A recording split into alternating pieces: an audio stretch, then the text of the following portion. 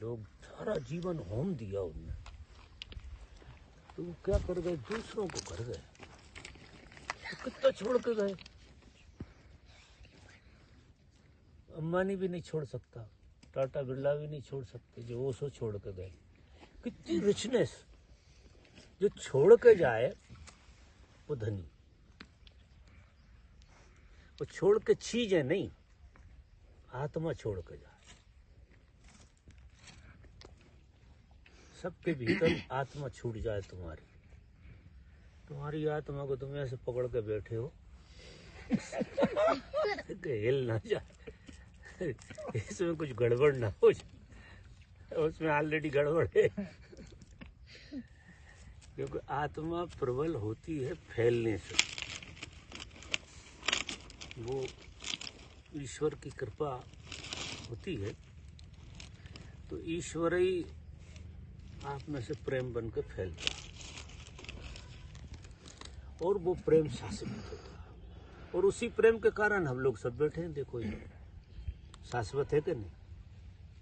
वो व्यक्ति चला गया, लेकिन ऐसी शाश्वतता छोड़ दी कि हिलोरें आती हैं, अभी भी जय जयकार हो जाती है। जब नाम लेते हैं तो मस्ती हो जाती है। तो उतना बड़ा काम न सही, जितनी अपनी औकात है उतना तो बाबा आपने फार्म हाउस पे, इंदौर में फार्म हाउस पे उस दिन सुबह ऐसा बोला था कि आपके पास जो है आप वही शेयर कर सकते हो, वो दुआ प्रार्थना कर। लेकिन बाबा बड़े लोग तो आशीर्वाद देते हैं और लोग एक दूसरे को दुआ भी देते हैं, तो फिर वो भी तो उनके पास नहीं है ना, वो भी तो शेयर कर रहे हैं। हर आदमी एक दूसरे को आशीर्वाद दे रहा है, बड़े लोग, तो बाबा वो भी तो वही शेयर कर रहे हैं जो उनके पास नहीं है, या कोई किसी के लिए प्रार्थना कर रहा है।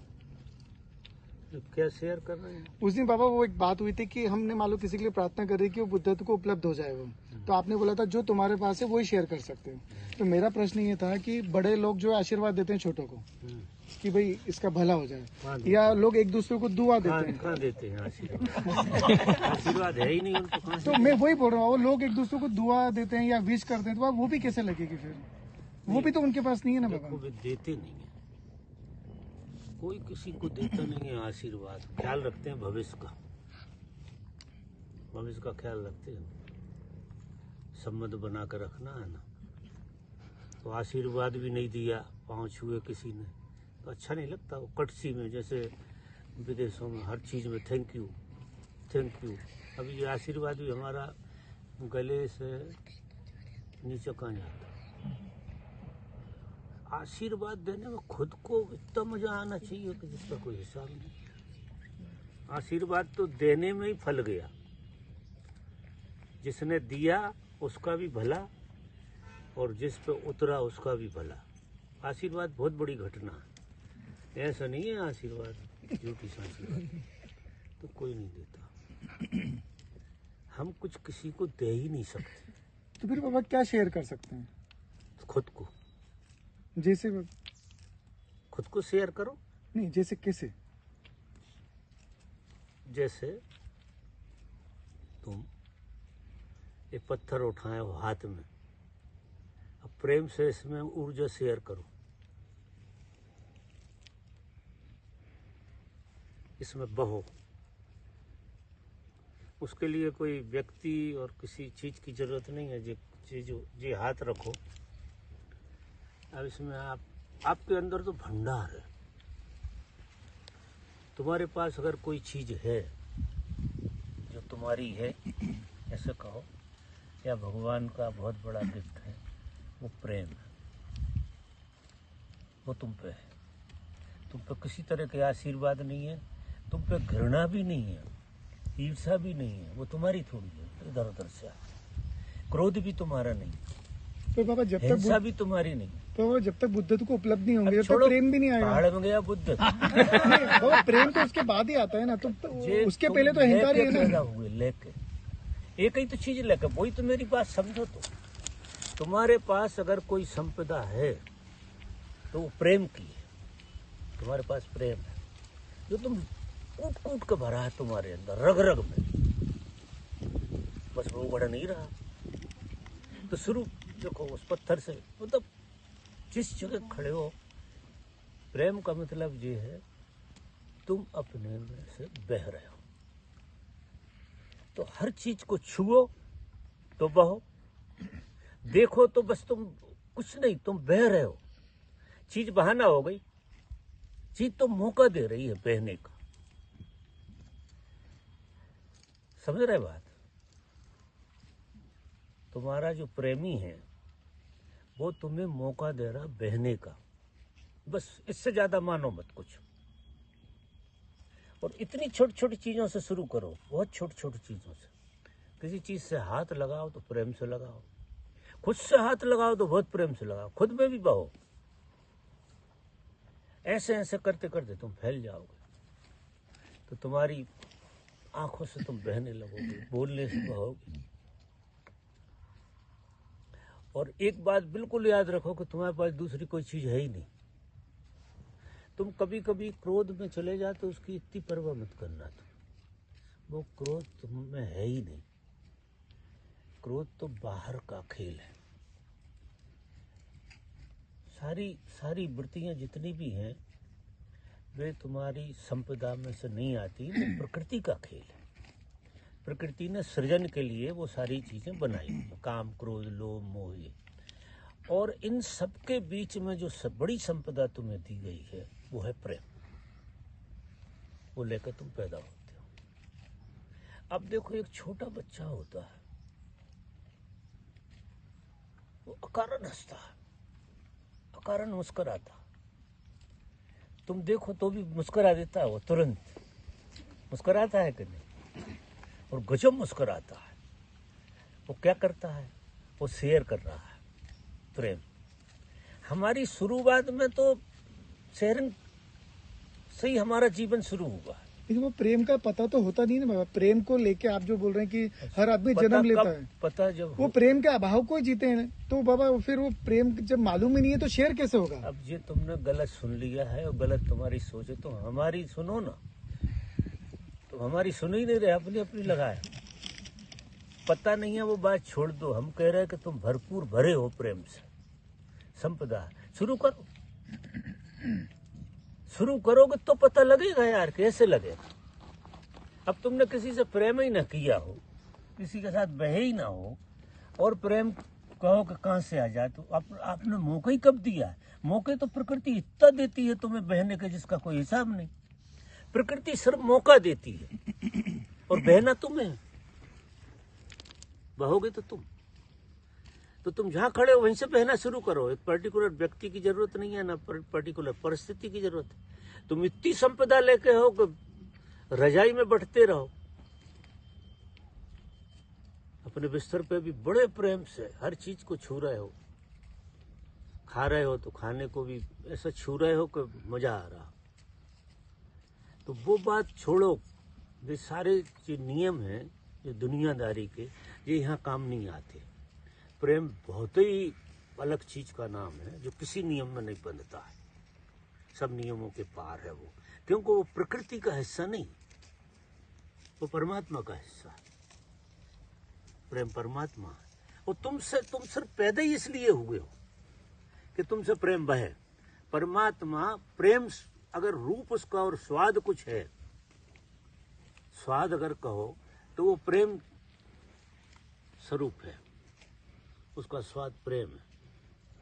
तो अब तुम कहीं से शुरू करो। पूरी प्रकृति पर एक पत्ते को इतने प्रेम से उठाओ यार, इतने प्रेम से गले लगा लो। कभी अकेले पेड़ को गले लगाओ, जरा अकेले लगा के देखना, मजा आ जाता। लगोगे पागलों जैसे दूसरों की नजर में। लेकिन तुम यार इस पेड़ को प्रेम कर सको अगर, तो तुम्हारे अंदर से वो फूट जाएगा कुछ ना कुछ। तो ये तो पूरी प्रकृति इसलिए बनी है कि तुम सारे संसार में बह जाओ। यहाँ खड़े हो वहीं से बहो। तुम टर्म्स कंडीशन की बातें मत सोचो। एक बात बिल्कुल की ठोक लो आप अपने दिमाग में कि प्रेम का भंडार है तुम्हारे पास, तुम्हें कहीं से प्रेम मांगने की जरूरत नहीं, देने की बात करो। बहो, शेयर करो अपने को। हम चीजें शेयर करते हैं, अपने को शेयर नहीं करते। चीजें शेयर करने में तो ज्यादा से ज्यादा चीजें मिल जाएंगी तुम्हें, तो क्या होगा? कटर पटर होगी। और प्रेम अगर शेयर करोगे तो वो फिर आनंद गुना बरसता है, गजब का। और हम सबको अगर कोई भूख है तो परमात्मा की नहीं है, प्रेम की है। यहाँ जितने लोग बैठे कोई परमात्मा से लेना, सबकी छाती जो है प्रेम के लिए हेलो हेलो है, लेकिन दिशा गलत, मांग बाहर से रहे। अब जो संपदा आप लेके बैठे हो वो दूसरों से मांगो, तुमसे ज्यादा मूर्ख कौन है? आप बताओ। मूर्खता का गजब का परिचय है जी, प्रेम मांगना। अगर हम ये सोचें कि किसी से हमें प्रेम मिल जाए तो ये मूर्खता का आपने बिल्कुल सर्टिफिकेट दे दिया। और उसके लिए हम बताते हैं कि 2 थप्पड़ मारो खुद में। खुद में जब ऐसा विचार आए 2 थप्पड़ मारो कि जो संपदा हम पे हम दूसरों को दे नहीं सकते, दूसरा हमें कहाँ से देते? क्योंकि ये मिलती तो है नहीं, प्रेम किसी को कहीं से नहीं मिलेगा। प्रकृति ने सब चीजें तुम्हें दी हैं। क्रोध मिल जाएगा तुम्हें बाहर से, कोई उकसा देगा। काम मिल जाएगा बाहर से, ईर्ष्या मिल जाएगी, धन मिल जाएगा, प्रेम नहीं मिलेगा, ख्याल रखना। और तुम्हारी भूख प्रेम की है और तुम सब इन चीजों के पीछे पड़े हो, और भूख तुम्हारी प्रेम की है। और प्रेम मिल नहीं सकता, प्रेम तो बढ़ता है, और जितना बढ़ता है तो किसी की जरूरत नहीं है यार। कितना बड़ा संसार है, चांद है, तारे हैं, सूरज है, पानी है, आकाश है, पृथ्वी है, जहां हाथ रखो वही बहने लगो। और जब तुम बहोगे तो तुम परमात्मा ही को छू रहे हो। फिर ये बहुत गहराई में जाकर जी कंकड़ भी वही है, ये कंकड़ सघन रूप है उसका। तो शुरू में थोड़ी थोड़ी सी शुरुआत करो, लेकिन ये ख्याल रख लो कि वही बांटो जो तुम पे है, और तुम पे सिर्फ प्रेम है और कुछ नहीं है। तुम कुछ भी चीज बांटोगे उसका कोई मूल्य नहीं। हाँ ठीक है, बांटने का थोड़ा अहंकार का मजा आता है, क्योंकि बांटने में क्या होता है कि हम तुम्हें 100 रुपया देते हैं तो उतनी देर है, तुमने ले लिया तो हम बड़े हो जाते हैं। हम उसका मजा ले लेते थोड़ा सा। तो 100 रुपया हमने दिए तो तुमने ले लिए। अब ये नहीं तुमने ले लिए तो धन्यवाद नहीं पछता, तुमने ले लिए बड़ी कृपा की है। नहीं लेते तो क्या कर लेते, माथा पकड़ लेते, नहीं लेते। लेकिन ले लिए जी बहुत बड़ी बात है, कैसे तो धन्यवाद दो उस घटना की। पापा एक और था, आपने एक लेक्चर में बोला था। अरे यार तुम पुरानी बात नहीं वो पुरानी नहीं बाबा, मुझे वो समझ में नहीं आया। हम कभी तुम्हें मिले ही नहीं, आज मिलो। नहीं बाबा आपने हमने क्या बोला, हमारी आपकी मुलाकात ठीक आज है। हो गई। तो डर के बारे में बाबा आपने बोला है कि डर जो है फिर वही पॉजिटिव बात, पुरानी बात। अभी डर है क्या? तो वो आप अभी तो हमने नहीं बोला, जिसने बोला होगा वो झूठा आदमी मर गया। अभी की बात करो ना, कोई अभी का प्रश्न पूछो। बाबा डर नेगेटिव ही है कि पॉजिटिव भी है पापा? डर ना नेगेटिव है ना पॉजिटिव है, दोनों नहीं है। बाबा डर को जीते हैं तो वो विचार मतलब यथार्थ में प्रकट हो जाता है ना बाबा, ज्यादा उस डर को जिए तो। और अगर डर नहीं रहे तो सुरक्षा भी नहीं रहेगी बाबा। देखो डर के बारे में मत सोचो, प्रेम के बारे में सोचो, क्योंकि डर प्रेम का अभाव है। जितना ज्यादा जिस आदमी के जीवन में प्रेम का अभाव होगा उतना भय होगा। भय प्रेम का अभाव है। जहाँ प्रकाश नहीं वहाँ अंधेरा है, जहाँ प्रेम नहीं है वहाँ भय है। तो अब भय के साथ सीधा तुम अंधेरे के साथ सीधा क्या कर सकते हो? लाइट जलाओगे तो लाइट के साथ करो ना, भय की बातें ही मत करो। एक चीज समझ लो कि भय प्रेम का अभाव है, बस और कुछ नहीं। वस्तु स्थिति में देखो तो भय जैसी कोई चीज नहीं है, जैसे अंधेरी जैसी कोई चीज अस्तित्व में नहीं है। अंधेरे का कोई अस्तित्व नहीं, अस्तित्व तो प्रकाश का है। इस तरह से अस्तित्व भय का नहीं। और जिस चीज का अस्तित्व हो उसकी बात करो ना यार। जिसका अस्तित्व ही नहीं है उस पर कितनी टिप्पणियां कर लो, कितनी लिखा पढ़ी कर लो, कुछ नहीं होने वाला। तो तुम जब प्रेम को जियोगे भरपूर, तुम एक उदाहरण देता हूं मैं, तुम किसी के प्रेम में होते तो क्या भयभीत होते हो उससे? नहीं होते। और जिसके प्रेम में नहीं होते उसके साथ भयभीत होगे ही, कोई उपाय नहीं है। जहां प्रेम नहीं है वहां भय होगा, संदेह होगा, होगा कि नहीं? फिर क्या होगा? प्रेम जो है वो भर देता है आपको। तो जो खाली जगह में जहां अंधेरा बैठा था, डर बैठा था, वो बदल जाता।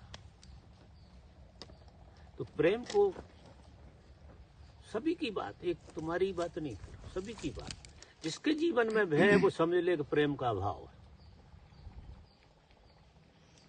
प्रेम जितना ज्यादा डेवलप्ड होगा आपके भीतर से, उतना भय विदा होगा। इसलिए बातें उल्टी इस तरह से मत पूछो। और किसी भी तरह का भय, किसी भी तरह का भय प्रेम का भाव है।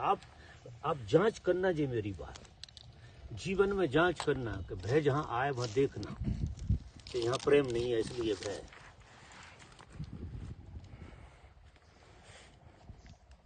नहीं आ रही समझ? हो गई बात पूरी?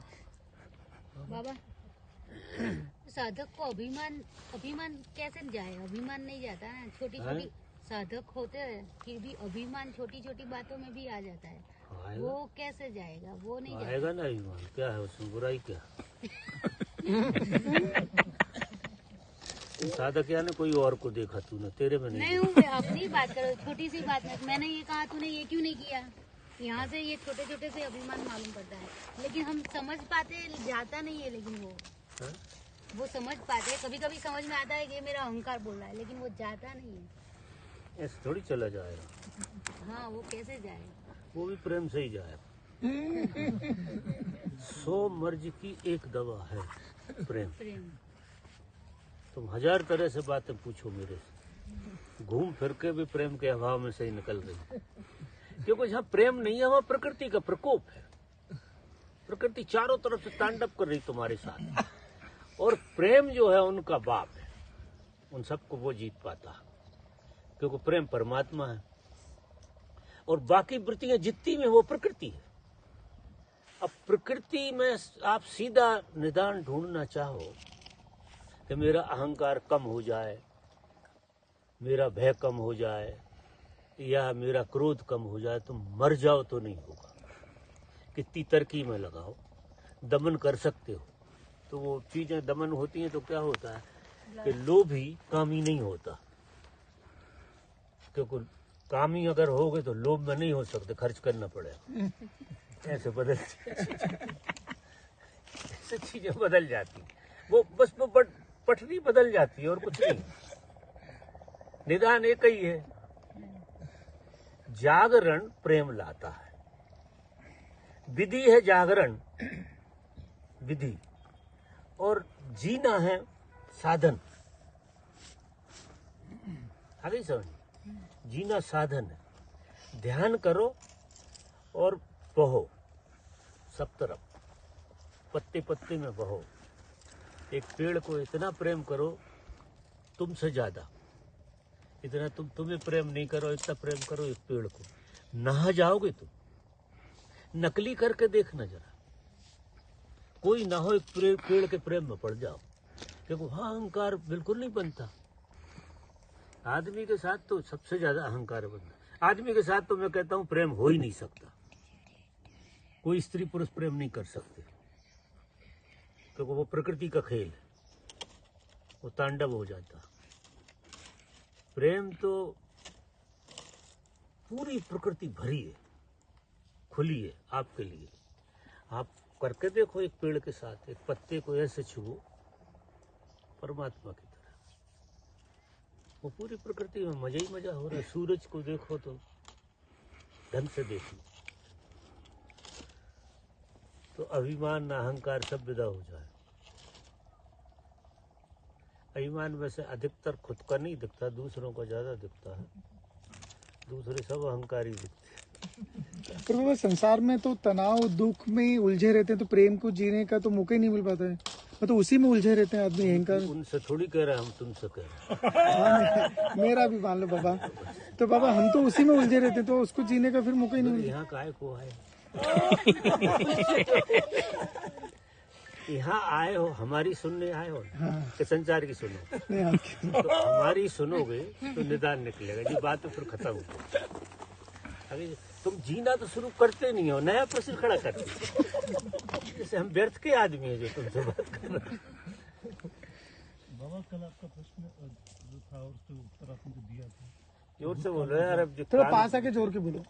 बाबा जो कल आपने प्रवचन दिया था वो कि आप भूतकाल में भूतों प्रेतों के साथ रहते हो, और आपने बोला हमें प्रेजेंट में रहना चाहिए। तो हम हमारी जो दैनिक जीवन है, घर गृहस्थी, परिवार, काम धंधे, इसके साथ होते हुए प्रेजेंट में कैसे जिए, क्या देखो, करें? तुम्हारा जो मन है नंबरिंग चल वो अतीत और भविष्य में जाता है।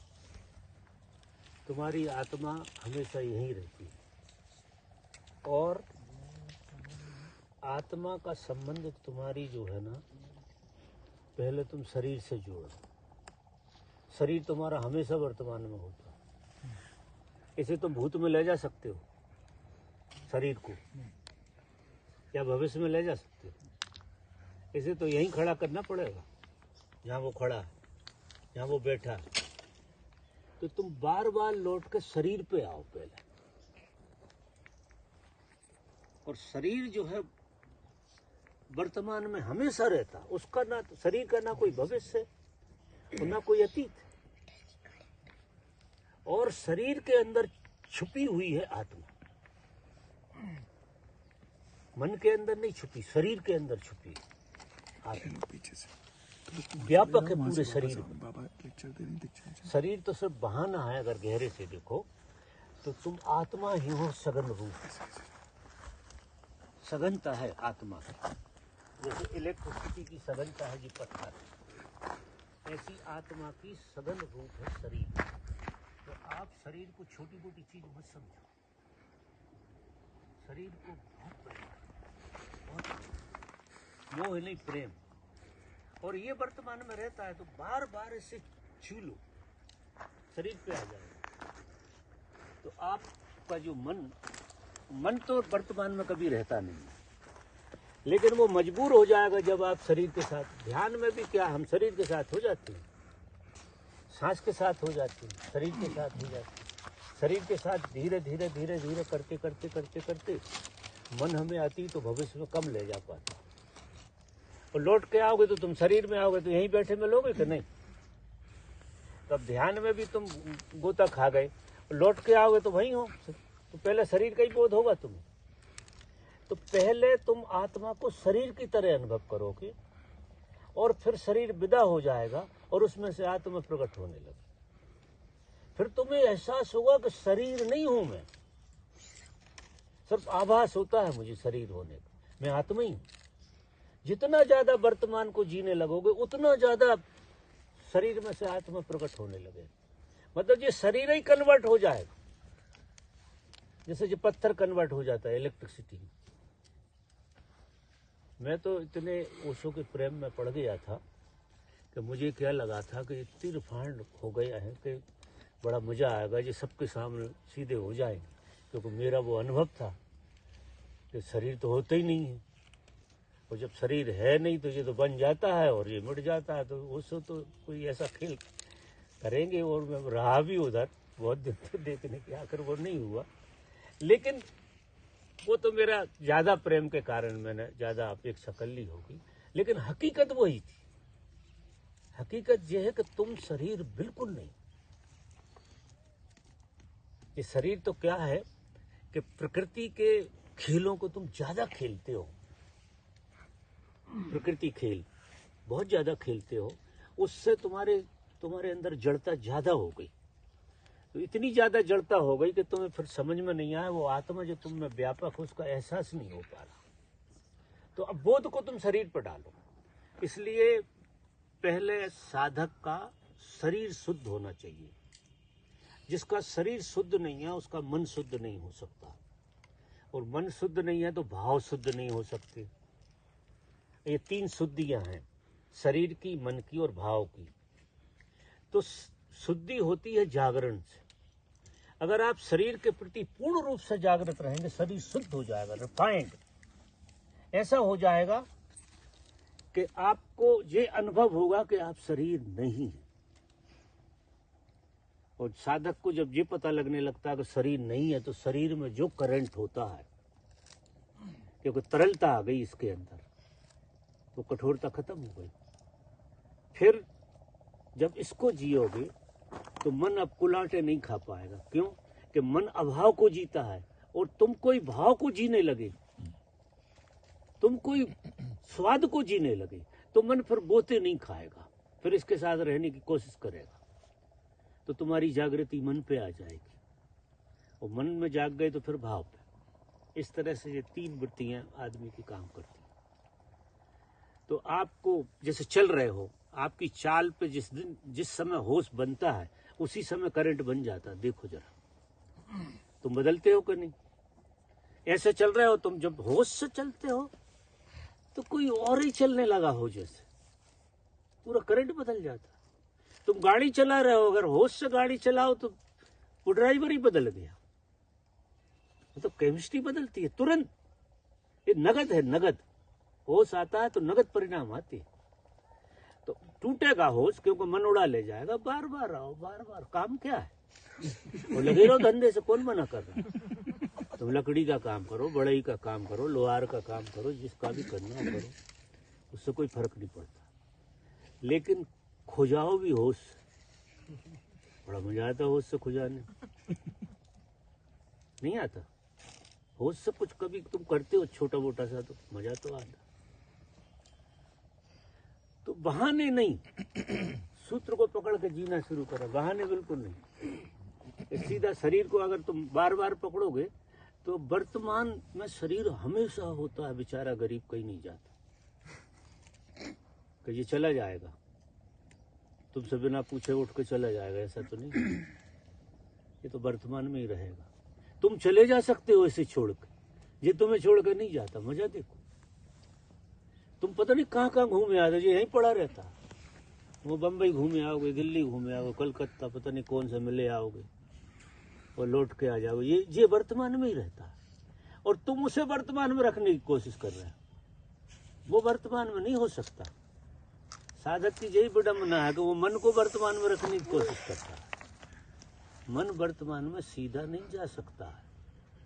शरीर वर्तमान में जब रहने लगेगा तो फिर मन शरीर के स्वाद के साथ जुड़ जाएगा, क्योंकि उसे तो स्वाद चाहिए। वो स्वाद में फंसेगा वो, और फंस के फिर वो वर्तमान में रहेगा। जब तक उसे स्वाद भीतर ना आने लगे मन को, तब तक वो स्वाद बाहर ढूंढता है। जब स्वाद उसे भीतर ही आने लगा, क्योंकि आपके शरीर में तो गजब गजब के स्वाद है, पूरा खजाना भरा है, क्योंकि तुम्हारे शरीर में पूरी व्यापक है आत्मा। रग रग में आत्मा भरी हुई है आपके, तो वो पूरी प्रकट होगी। तो मन तो कहेगा आप कहाँ जाना, ये घर ज्यादा अच्छा है। तो फिर मन में ठहराव आ जाए, फिर भाव में भी ठहराव आ जाए। फिर तो ऐसा हो जाएगा कि उसकी व्याख्या नहीं कर सकते। अब अपन डेस्टिनेशन बदलें यहाँ से। बाबा, गहरे में जो निष्ठा है वो प्रेम का ही पर्याय है। हाँ, प्रेम का ही। क्योंकि जो भी चीजें हैं, जितनी भी चीजें हैं, ये सब प्रेम के अभाव में होती। कुछ भी हो रहा, प्रेम नहीं है तो सब्स्टिट्यूट तो हो गई दूसरा। वो लगता है जैसे मोह है, प्रेम जैसा लगता है, लेकिन वो प्रेम होता नहीं, काम चल जाता है। चलो अपन ऊपर चलते हैं, यहाँ अंधेरा हो जाएगा।